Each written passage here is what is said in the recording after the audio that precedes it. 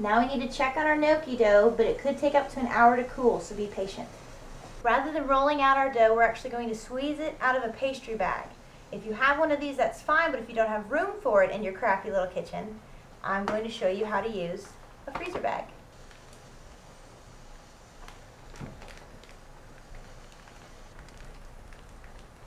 And we're simply going to nick the tip to be the size we want the dumpling to be. Not only do I hang fruits and vegetables from my ceiling to save space, I also hang spoons, pans, and whisks from my pot rack. We need a large sauté pan heating up to brown our gnocchi, and remember we also need rapidly boiling, slightly salted water. Carefully squeeze the dough out of the tip of the pastry bag, and use your knife to nick them off into the boiling water. Now our gnocchis are sitting and draining while the pot of water continues to boil, so it'll be ready for our next batch of gnocchi. Add some olive oil to our hot sauté pan. Now my whole kitchen slants backwards, so I'm going to have to do a little dance in order to make this cook evenly, so watch this. Notice the gnocchi is going to travel into the pan away from me.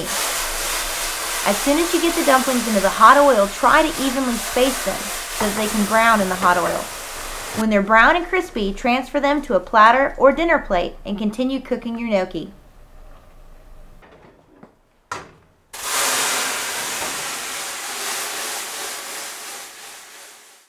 Once you've sauteed all of your gnocchi dumplings, be sure to taste your pomodoro to make sure it's been seasoned correctly. Fresh herbs should always be added towards the end of the cooking process, so I'm going to finely chop up this basil and add it to my sauce.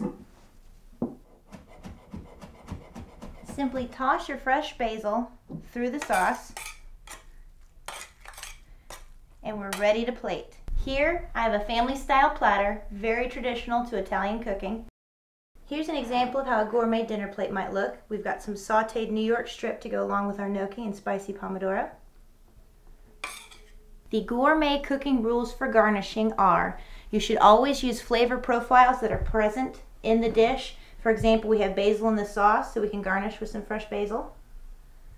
And there's Parmesan cheese inside our gnocchi dumplings, so we can garnish with Parmesan cheese.